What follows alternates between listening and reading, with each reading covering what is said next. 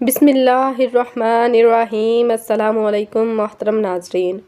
رحمت للعالمین حضرت محمد مصطفیٰ صلی اللہ علیہ وسلم کی ولادت باسعادت مکہ مکرمہ میں ربیع الاول 571 عیسوی یعنی عام الفیل والے سال میں ہوئی۔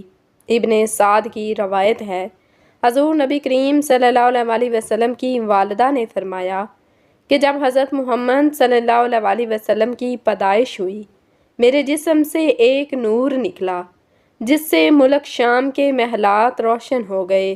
جس رات آپ صلی اللہ علیہ وسلم اس دنیا میں تشریف لائے، اس رات کعبہ میں رکھے تمام بت منہ کے بل گر پڑے، اور اس طرح کے بے شمار معجزات کا ظہور ہوا جو اس بات کی علامت تھی کہ اس کائنات کا رہبر اور ہادی اس دنیا میں تشریف لا چکے ہیں۔ جب حضور صلی اللہ علیہ وسلم کی پیدائش کی خبر آپ صلی اللہ علیہ وسلم کے دادا حضرت عبد المطلب کو ہوئی تو آپ تشریف لائے اور پوتے کو گود میں لیا تو آنکھیں بھر آئیں۔ مرحوم بیٹے عبداللہ کی یاد آ گئی۔ دراصل آپ صلی اللہ علیہ وسلم کی پیدائش سے قبل ہی آپ صلی اللہ علیہ وسلم کے والد محترم حضرت عبداللہ رضی اللہ تعالیٰ عنہ وفات پا چکے تھے۔ حضرت عبد المطلب حضور صلی اللہ علیہ وسلم کو خانہ کعبہ میں لے گئے اور اللہ سے ہر قسم کے فتنہ اور شر سے محفوظ رکھنے کی دعا کی۔ حضرت عبد المطلب نے آپ صلی اللہ علیہ وسلم کا نام محمد رکھا۔ حضور صلی اللہ علیہ وسلم نے 3 دن تک اپنی والدہ حضرت آمنہ رضی اللہ تعالیٰ عنہا کا دودھ پیا، اور پھر ابو لہب کی باندی حضرت صوبیہ نے آپ صلی اللہ علیہ وسلم کو دودھ پلایا۔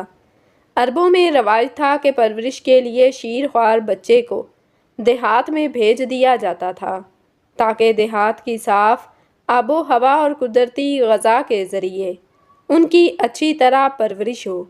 دراصل اس زمانے میں بنو سعد اور بنو بکر کی عورتیں مکہ آتی تھیں اور نومولود بچوں کو اپنے ساتھ پرورش کے لیے لے جایا کرتی تھیں۔ لہٰذا جب بنو سعد قریش کے علاقے میں آئے تو عورتوں نے مالدار گھروں سے بچوں کو گود میں لے لیا تاکہ انہیں زیادہ سے زیادہ مال و دولت اور انعام و کرام مل سکے۔ لیکن جب ان عورتوں نے حضرت آمنہ رضی اللہ تعالیٰ عنہا کے لال کو دیکھا اور یہ پتہ چلا کہ یہ بچہ یتیم ہے، تو مال نہ ملنے کی امید سے آپ صلی اللہ علیہ وسلم کو کسی نے بھی گود لینے سے انکار کر دیا۔ انہی عورتوں میں دائی حلیمہ سعدیہ رضی اللہ تعالیٰ عنہا بھی تھیں، جو نہایت ہی غریب خاتون تھیں اور ان کی اونٹنی بھی لاغر تھی۔ جب حلیمہ سعدیہ کی نظر حضور صلی اللہ علیہ وسلم پر پڑی تو محبت کا ٹھاٹھیں مارتا سمندر ان کے سینے میں موجزن ہو گیا۔ لہٰذا حضرت حلیمہ سعدیہ رضی اللہ تعالیٰ عنہا نے آپ صلی اللہ علیہ وسلم کو گود لیا اور اپنے قبیلے کی طرف چل پڑیں۔ حضرت محمد صلی اللہ علیہ وسلم کے گود میں آتے ہی برکتوں کا ظہور شروع ہو گیا۔ حضرت حلیمہ سعدیہ رضی اللہ تعالیٰ عنہا کی اونٹنی جو نہایت ہی کمزور تھی، اس کے تھن دودھ سے بھر گئے۔ جب قافلہ کچھ دور پہنچا تو اونٹنی خوشی خوشی قافلے سے آگے آگے چلی جا رہی تھی۔ اس پر قافلے والوں نے پوچھا، اے حلیمہ سعدیہ رضی اللہ تعالیٰ عنہا، کیا یہ تیری ہی اونٹنی ہے یا کوئی اور ہے؟ حلیمہ سعدیہ کے شوہر حارث نے بھی یہ سب محسوس کیا تو اپنی زوجہ سے کہنے لگے، حلیمہ سعدیہ، یہ تو بہت برکت والا بچہ ہے۔ حلیمہ سعدیہ نے کہا، واقعی مجھے بھی یہی امید ہے کہ یہ نہایت ہی بابرکت بچہ ہے۔ خدا کی رحمت بن کر ہم کو ملا ہے۔ جب حضرت حلیمہ سعدیہ قافلے کے ساتھ اپنے گاؤں پہنچیں تو وہاں سخت قحط پڑا ہوا تھا۔ تمام جانوروں کے تھن میں دودھ سوکھ چکے تھے، لیکن حضور صلی اللہ علیہ وسلم کو لے کر جب حلیمہ سعدیہ اپنے گھر میں تشریف لائیں تو بکریوں کے تھن دودھ سے بھر گئے۔ حضرت حلیمہ سعدیہ رضی اللہ تعالیٰ عنہا خود فرماتی ہیں کہ اب روزانہ میری بکریاں چراگاہ سے واپس آتی تو ان کے تھن دودھ سے بھرے ہوتے، جبکہ ہر طرف سوکھا پڑا تھا اور لوگوں کو اپنے جانوروں سے ایک قطرہ دودھ تک نہ ملتا تھا۔ لہٰذا میرے قبیلے والوں نے اپنے چرواہوں سے کہا کہ تم لوگ بھی اپنے جانوروں کو اسی جگہ چراؤ جہاں حلیمہ سعدیہ رضی اللہ تعالیٰ عنہا کی بکریاں چرتی ہیں، مگر یہاں چراگاہ ہر جنگل کا کوئی دخل ہی نہ تھا۔ یہ تو رحمت للعالمین حضرت محمد صلی اللہ علیہ وسلم کی برکت کا فیض تھا، جس کو میں اور میرے شوہر کے سوا میری قوم کا کوئی شخص نہیں سمجھ سکتا تھا۔ حضور صلی اللہ علیہ وسلم کے آنے کے بعد سے اللہ کی طرف سے حضرت حلیمہ سعدیہ مسلسل اضافے اور خیر و برکت کا مشاہدہ کرتی رہیں۔ حضور صلی اللہ علیہ وسلم کے ابتدائی 2 سال حلیمہ سعدیہ اور ان کے شوہر حارث کے گود میں گزرے۔ 2 سال کا عرصہ گزر جانے کے بعد نبی صلی اللہ علیہ وسلم کی نشوونما اور تندرستی کا حال دوسرے بچوں سے اتنا اچھا تھا کہ 2 سال میں ہی آپ صلی اللہ علیہ وسلم خوب اچھے بڑے معلوم ہونے لگے تھے۔ آپ صلی اللہ علیہ وسلم نے اعلیٰ صفات اور خوبیوں کی بنا پر بچپن سے ہی باقی بچوں سے جدا دکھائی دیتے تھے۔ آپ صلی اللہ علیہ وسلم نہایت ہی سنجیدہ مزاج اور غور و فکر کرنے والے ذہن کے مالک تھے۔ جب حضرت حلیمہ سعدیہ رضی اللہ تعالیٰ عنہا کے بیٹے حضور نبی کریم صلی اللہ علیہ وسلم کو اپنے ساتھ جنگل لے جاتے اور بکریاں چرایا کرتے تو واپس آ کر حلیمہ سعدیہ رضی اللہ تعالیٰ عنہا کو بتاتے، اے امی جان، محمد صلی اللہ علیہ وسلم بڑی شان والے ہیں، جس وادی میں جاتے ہیں ہرا بھرا ہو جاتا ہے، دھوپ میں ایک بادل ان پر سایہ کرتا رہتا ہے، ریت پر آپ صلی اللہ علیہ وسلم کے قدم کا نشان نہیں پڑتا، اور جنگل کے جانور محمد صلی اللہ علیہ وسلم کے قدم مبارک چومتے ہیں۔ ایک روز آپ صلی اللہ علیہ وسلم کے دودھ شریک بھائی دوڑتے ہوئے حضرت حلیمہ سعدیہ کے پاس آئے اور بتایا کہ 2 آدمیوں نے محمد صلی اللہ علیہ وسلم کا پیٹ چاک کر دیا ہے۔ حضرت حلیمہ سعدیہ رضی اللہ تعالیٰ عنہا کے حواس باختہ ہو گئے اور وہ اپنے شوہر کے ساتھ دوڑتی ہوئی وہاں پہنچی تو دیکھا کہ حضور نبی اکرم صلی اللہ علیہ وسلم صحیح سلامت کھڑے تھے۔ جب حضور صلی اللہ علیہ وسلم سے پوچھا گیا کہ آپ کو کیا ہوا تھا تو آپ صلی اللہ علیہ وسلم نے بتایا کہ سفید کپڑے والے 2 آدمی آئے تھے، انہوں نے مجھے لٹا کر میرا سینہ چاک کر دیا، اس کے اندر سے ایک خون کا لوتھڑا نکالا، پھر اسے سونے کے ایک تشت میں رکھ کر آب زمزم سے دھویا اور پھر اسے اسی طرح اپنی جگہ رکھ کر سینہ بند کر دیا۔ یہ سن کر حضرت حلیمہ سعدیہ رضی اللہ تعالیٰ عنہا بہت گھبرا گئیں اور حضور صلی اللہ علیہ وسلم کو واپس مکہ لے جانے کا ارادہ کیا۔ لہٰذا جب نبی کریم صلی اللہ علیہ وسلم کی عمر 4 یا 5 برس ہوئی تو حلیمہ سعدیہ آپ صلی اللہ علیہ وسلم کو مکہ واپس لے آئیں اور آپ صلی اللہ علیہ وسلم کی والدہ حضرت آمنہ رضی اللہ تعالیٰ عنہا کے سپرد کر دیا، جہاں حضرت ایمن جو آپ کے والد ماجدہ کی باندی تھیں، حضور صلی اللہ علیہ وسلم کی پرورش اور خدمت گزاری میں مصروف رہنے لگی۔ ایمن ہی آپ صلی اللہ علیہ وسلم کو کھانا کھلاتی، کپڑے پہناتی، کپڑے دھوتی اور تمام ضروریات کا خیال رکھا کرتی تھی۔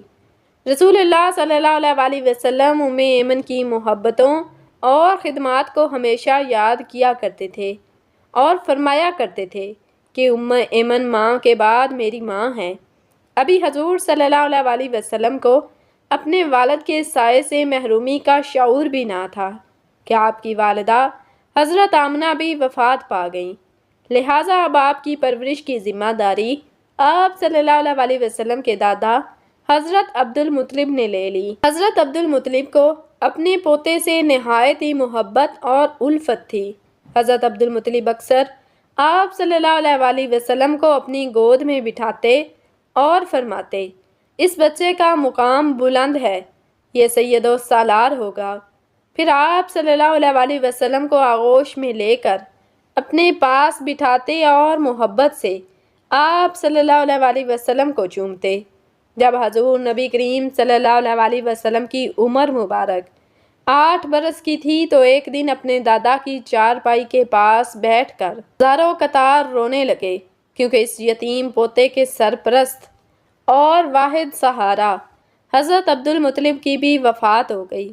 حضرت عبدالمطلب موت کے وقت اپنے 60 سالہ یتیم پوتے کو اپنے بیٹے حضرت ابو طالب کے حوالے کر گئے۔ اللہ کی طرف سے رسول اللہ صلی اللہ علیہ وسلم کو یتیم رکھنے کی بہت ساری حکمتیں تھیں۔ مثلاً یتیمی میں انسان خود کو بالکل اکیلا محسوس کرتا ہے، لہٰذا اس اکیلے پن کی وجہ سے حضور نبی کریم صلی اللہ علیہ وسلم نے اللہ سے تعلق جوڑا۔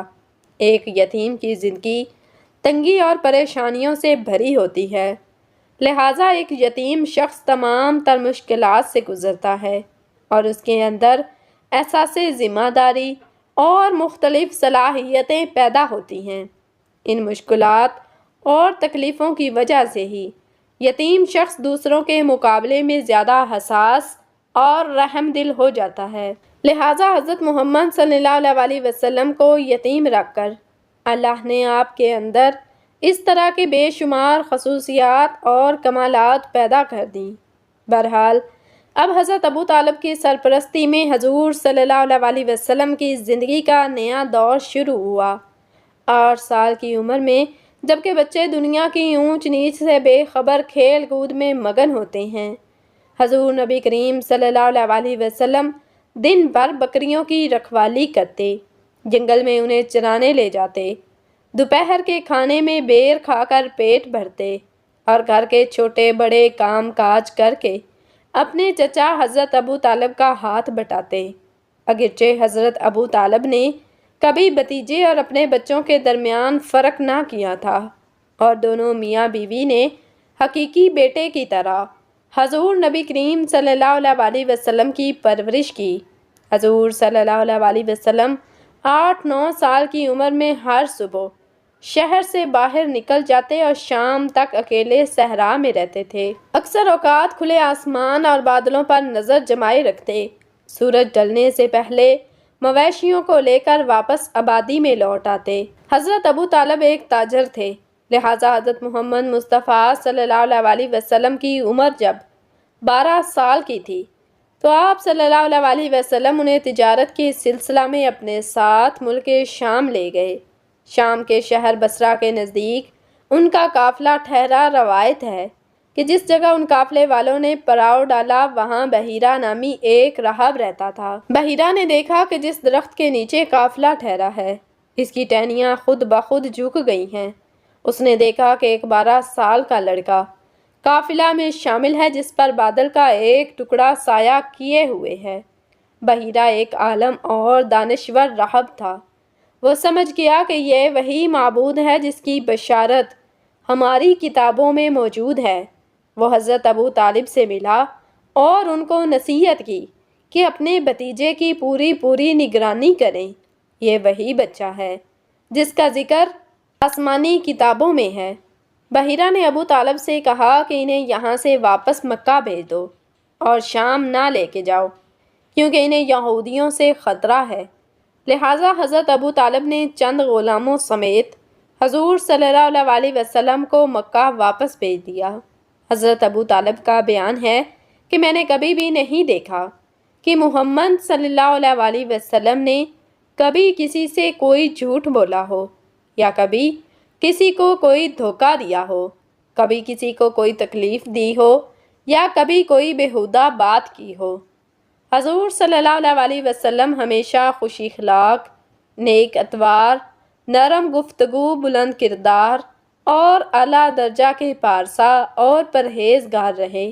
ایک دفعہ ایک صحابی رضی اللہ تعالیٰ عنہ جنگ کے دوران خیمے میں داخل ہوئے اور عرض کیا، یا رسول اللہ صلی اللہ علیہ وسلم، جنگی قیدیوں میں موجود ایک بوڑھی عورت آپ صلی اللہ علیہ وسلم کی بہن ہونے کا دعویٰ کر رہی ہیں۔ چونکہ نبی کریم صلی اللہ علیہ وسلم کا کوئی بھائی تھا اور نہ ہی کوئی بہن، اس لیے سب حیران تھے کہ یہ کون عورت ہے جو بہن ہونے کا دعویٰ کر رہی ہے۔ اللہ کے رسول صلی اللہ علیہ وسلم نے فرمایا اس خاتون کو اندر لایا جائے۔ خاتون خیمے میں داخل ہوئیں۔ حضرت صلی اللہ علیہ وسلم کی جانب محبت بھرے انداز میں دیکھتے ہوئے پرجوش لہجے میں بولی، اے اللہ کے رسول صلی اللہ علیہ وسلم، میں تمہاری بہن شیمہ بنت حارث ہوں۔ حضرت صلی اللہ علیہ وسلم نے ماضی کی یادیں ٹٹولتے ہوئے فرمایا، ہاں، بنی سعد میں میری ایک بہن کا نام شیمہ تھا۔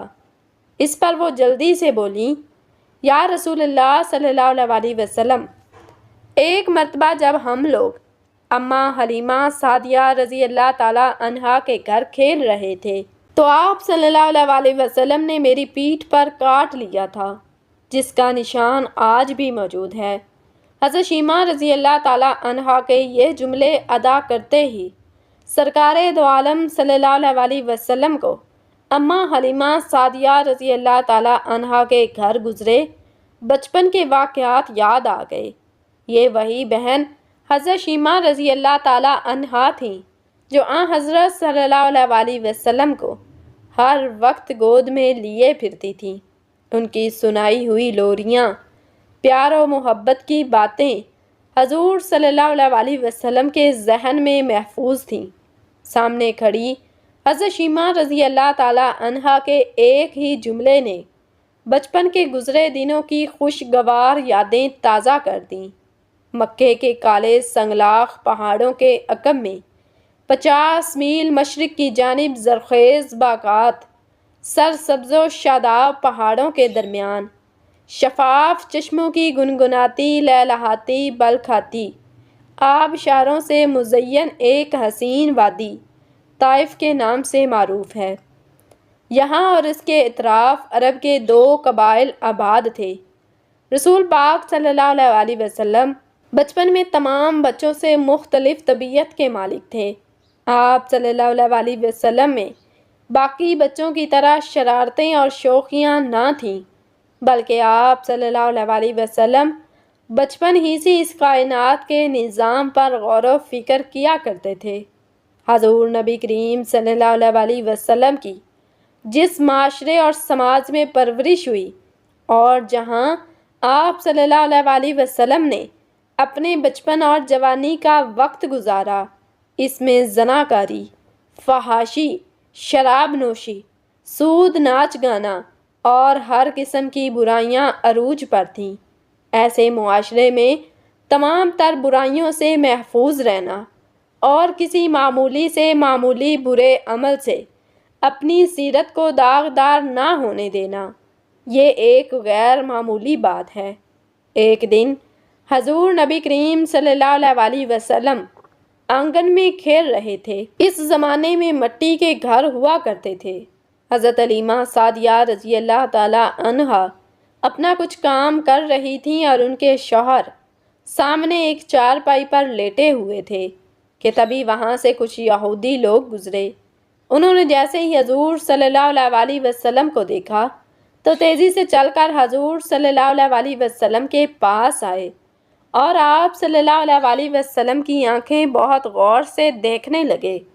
حضرت حلیمہ سعدیہ رضی اللہ تعالیٰ عنہا گھبرا گئیں کہ یہ کون لوگ ہیں کہ جنہوں نے ہمارے بچے کو پکڑ رکھا ہے۔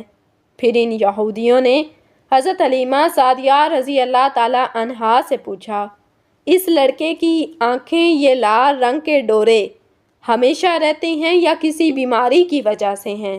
حضرت حلیمہ سعدیہ رضی اللہ تعالیٰ عنہا نے کہا، ہمیشہ رہتے ہیں۔ پھر ان یہودیوں نے حضور نبی کریم صلی اللہ علیہ وسلم کی پیٹھ پر مہر نبوت دیکھی تو آپس میں کہنے لگے کہ اس بچے کو قتل کر دو ورنہ یہ ہمارے دین کو ختم کر دے گا۔ حضرت حلیمہ سعدیہ رضی اللہ تعالیٰ عنہا ان کی یہ باتیں سن کر گھبرا گئیں۔ تب ہی ان یہودیوں نے حضرت حلیمہ سعدیہ رضی اللہ تعالیٰ عنہا سے پوچھا، اس بچے کا باپ کہاں ہے؟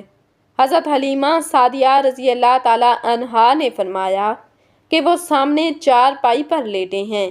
یہ سن کر یہودیوں نے کہا کہ اگر آپ کہتی کہ اس بچے کا باپ مر چکا ہے تو ہم اسے ابھی قتل کر دیتے۔ یہ کہہ کر یہودی وہاں سے چلے گئے۔ حضرت حلیمہ سعدیہ رضی اللہ تعالیٰ عنہا بہت زیادہ گھبرا گئی تھیں، لیکن اسی واقعہ کے کچھ دنوں بعد حضرت حلیمہ سعدیہ رضی اللہ تعالیٰ عنہ کے گھر کے پاس سے کچھ عیسائی لوگ گزرے۔ جب انہوں نے حضور صلی اللہ علیہ وسلم کو دیکھا تو وہ سمجھ گئے اور حضرت حلیمہ سعدیہ رضی اللہ تعالیٰ عنہا سے پوچھنے لگے، اے حلیمہ سعدیہ رضی اللہ تعالیٰ عنہا، اس لڑکے کی آنکھوں میں یہ لال رنگ کے ڈورے ہمیشہ رہتے ہیں یا کبھی کبھی؟ حضرت حلیمہ سعدیہ رضی اللہ تعالیٰ عنہا نے کہا کہ ہمیشہ رہتے ہیں۔ تو ان عیسائیوں نے کہا، اے حلیمہ سعدیہ رضی اللہ تعالیٰ عنہا، یہ لڑکا ہمیں دے دو، ہم اسے اپنے علاقے میں لے جا کر خوب اچھی طرح پالیں گے، کیونکہ یہ آنے والی نسلوں کا نبی ہے۔ یہ سن کر حضرت حلیمہ سعدیہ رضی اللہ تعالیٰ عنہا نے فرمایا کہ میں ایسا نہیں کر سکتی، میں یہ بچہ مکہ سے لے کر آئی ہوں اور مجھے ان لوگوں کو واپس کرنا ہے۔ یہ سن کر وہ عیسائی وہاں سے چلے گئے۔ اللہ تعالیٰ سے دعا ہے کہ اللہ تعالیٰ ہمیں دین کی مکمل سمجھ نصیب فرمائے اور ہمیں آپ صلی اللہ علیہ وسلم کے نقش قدم پر چلنے کی توفیق عطا فرمائے، ہمارا خاتمہ ایمان پر فرمائے، آمین ثم آمین۔ ناظرین، کمنٹ باکس میں ایک بار صلی اللہ علیہ وسلم ضرور ٹائپ کیجئے گا۔ جزاکم اللہ خیرا کثیرا۔